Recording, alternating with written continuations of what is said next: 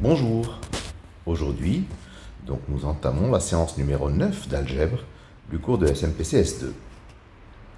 Alors, nous allons déterminer au cours de cette séance le noyau de f et l'image de f pour certaines applications linéaires. Notamment la première, si f va de R2 vers R2, qui au couple XY associe x moins y et 2y moins 2x. Donc, je vais déterminer d'abord le noyau, ker de f.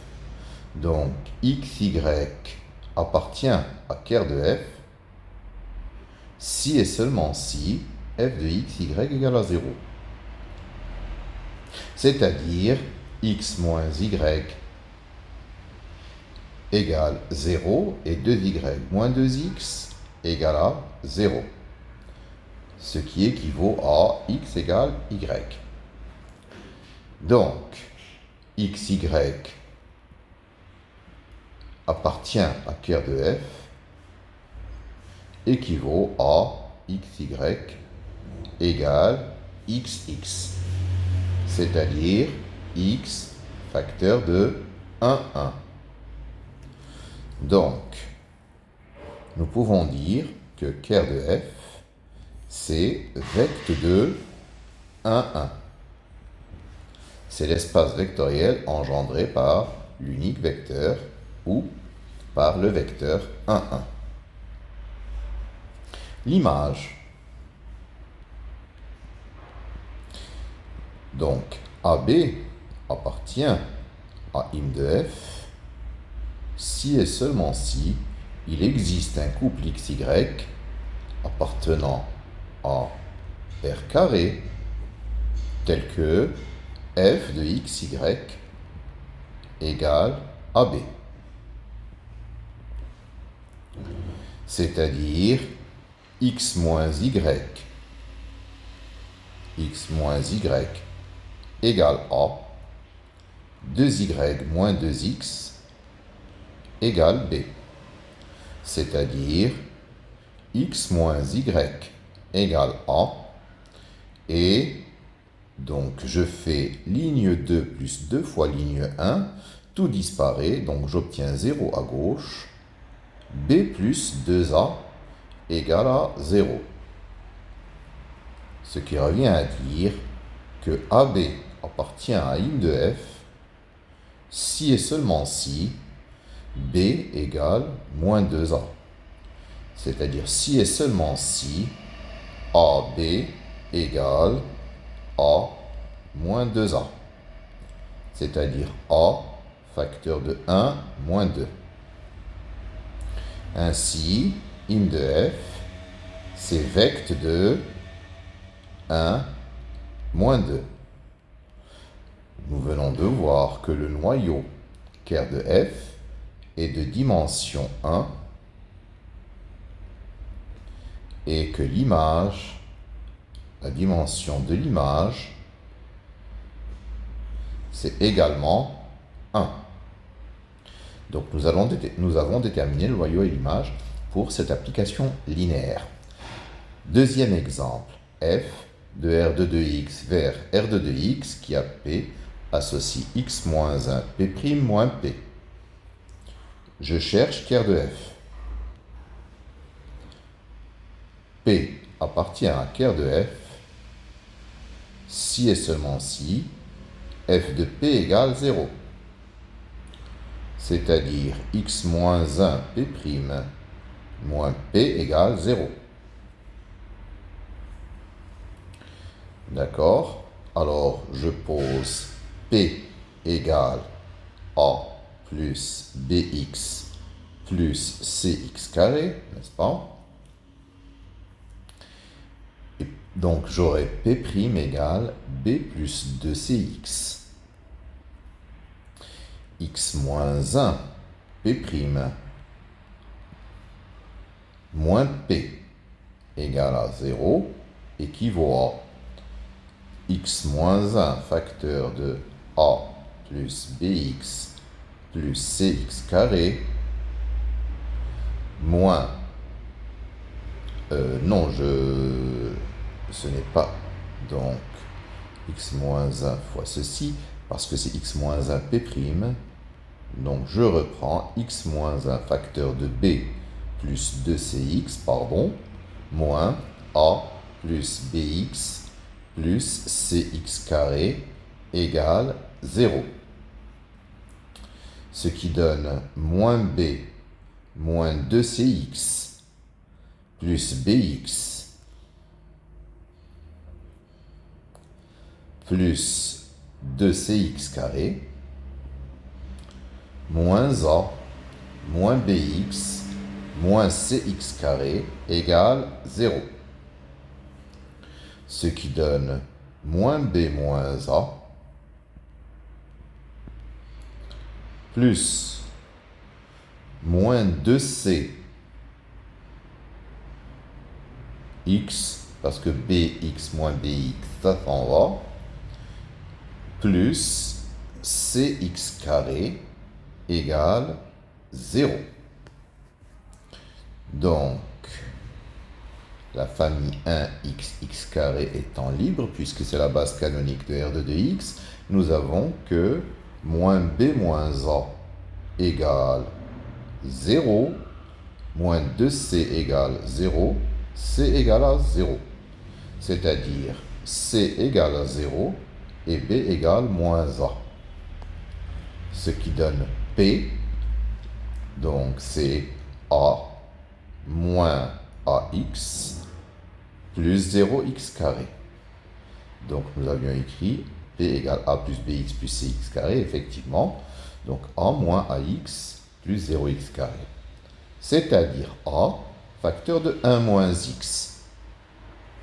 Donc ker de f, c'est vecte de 1 moins x. Dimension de ker de f égale 1. Un polynôme q appartient à im de f si et seulement si, donc il existe p appartenant à R2 de x tel que f de p égale q. Alors, posons q égale a plus bx plus cx carré. Et le polynôme p, ce sera u plus vx plus wx carré. Donc, nous avons f de p égale à q. F de p, nous l'avions calculé tout à l'heure. F de p, c'est moins v moins u, moins v moins u,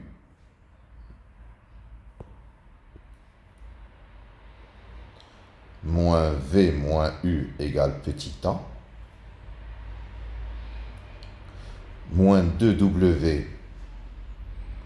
égale petit b, et w égale petit c. Donc, la relation, elle saute aux yeux entre ABC indépendante de UVW, CB égale moins 2C. Ça veut dire que le polynôme Q de im de f, il s'écrira A moins 2CX plus CX carré. C'est-à-dire A plus C facteur de x carré moins 2x.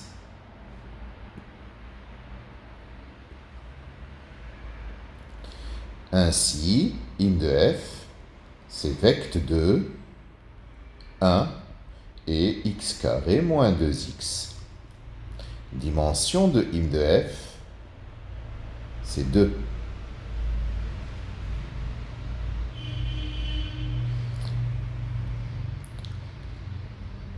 L'exemple 3, f de R2 de x vers R3 qui a P associe P de 0, P de 1, P de moins 1.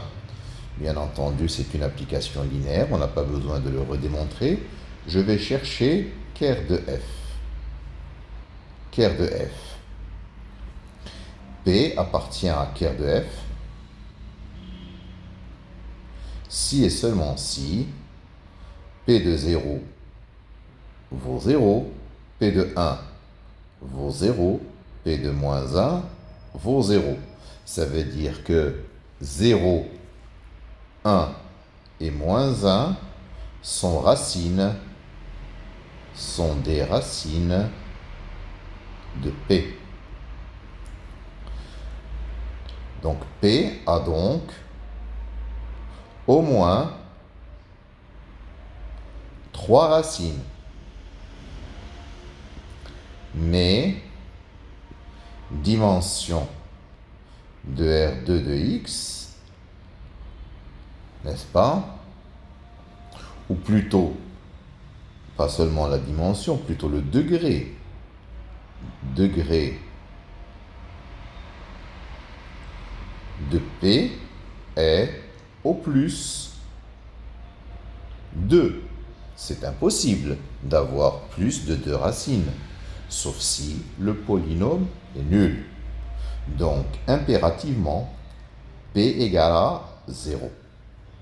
Ainsi, ker de F égale à 0.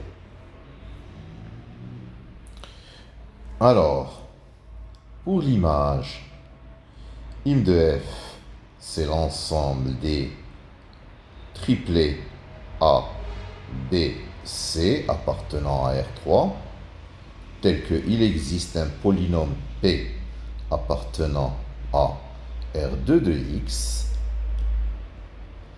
avec F de P égale ABC. Donc, ça veut dire que P de 0 égale A,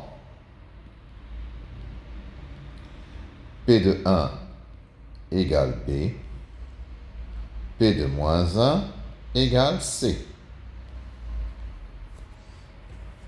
Donc, nous ne pouvons pas trouver de relation entre A, B, C indépendante des coefficients du polynôme P. D'ailleurs, je peux le prouver. Nous avons un polynôme P qui s'écrit alpha plus bêta x plus gamma x carré. P de 0, c'est alpha. P de 1, c'est alpha plus bêta plus gamma.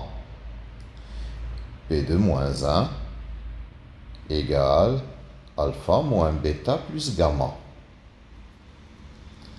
Ce qui nous donne alpha égale A, n'est-ce pas? Alpha plus bêta plus gamma égale P. Alpha moins bêta plus gamma égale C. Est-ce que je peux éliminer alpha, bêta, gamma à la fois des 3? Alpha égale A. Si je fais L2 moins L1, j'obtiens bêta plus gamma égale B moins A. Si je fais L3 moins L1, j'obtiens moins bêta plus gamma égale C moins A. Si je fais maintenant L3 plus L2, j'obtiens 2 gamma égale B plus C moins 2A. Donc, je ne peux pas avoir une relation entre A, B, C indépendante de alpha, bêta, gamma. Donc, ça veut dire que im de F, c'est R3 tout entier, l'espace d'arrivée tout entier. Donc, voilà un exemple où nous avons trouvé que le noyau, c'est 0 et que l'image, c'est l'espace d'arrivée tout entier. Alors, quelques rappels. Injection ou application injective. On dit qu'une application f de E vers f est injective si, pour tout couple d'éléments A et B, de l'espace de départ E, si f de A est égal à f de B, alors A égale B. Ça veut dire deux éléments qui ont la même image, ils sont impérativement égaux. En d'autres termes, deux éléments distincts auront des images distinctes. Une autre version, F sera injective si et seulement si, pour tout couple AB, si A et B sont différents, leurs images sont automatiquement différentes. Surjection ou application surjective. Une application F de E vers F sera dite surjective si pour tout élément de l'ensemble d'arrivée, il existe un élément de l'ensemble de départ tel que f de x égale y. C'est-à-dire si tout élément de grand F est atteint par l'application linéaire. Donc f sera surjective si tout élément de l'ensemble d'arrivée a au moins un antécédent. Bijection ou application bijective. On dit que f de E vers F est une bijection, ou bien qu'elle est bijective, si elle est à la fois injective et surjective. Donc on a vu que injective, c'était avoir au maximum un antécédent pour chaque élément de l'ensemble d'arrivée. Surjective, c'est avoir au minimum un antécédent. Donc bijective, ça sous-entend qu'elle aura un seul antécédent. F sera donc bijective si, pour tout y de f, il existe un unique x de E tel que f de x égale y. Tout élément de grand F aura donc un unique antécédent. Si on applique ceci aux applications linéaires, donc nous allons en profondeur l'appliquer dans la prochaine vidéo. Mais là, on va juste donner quelques éléments.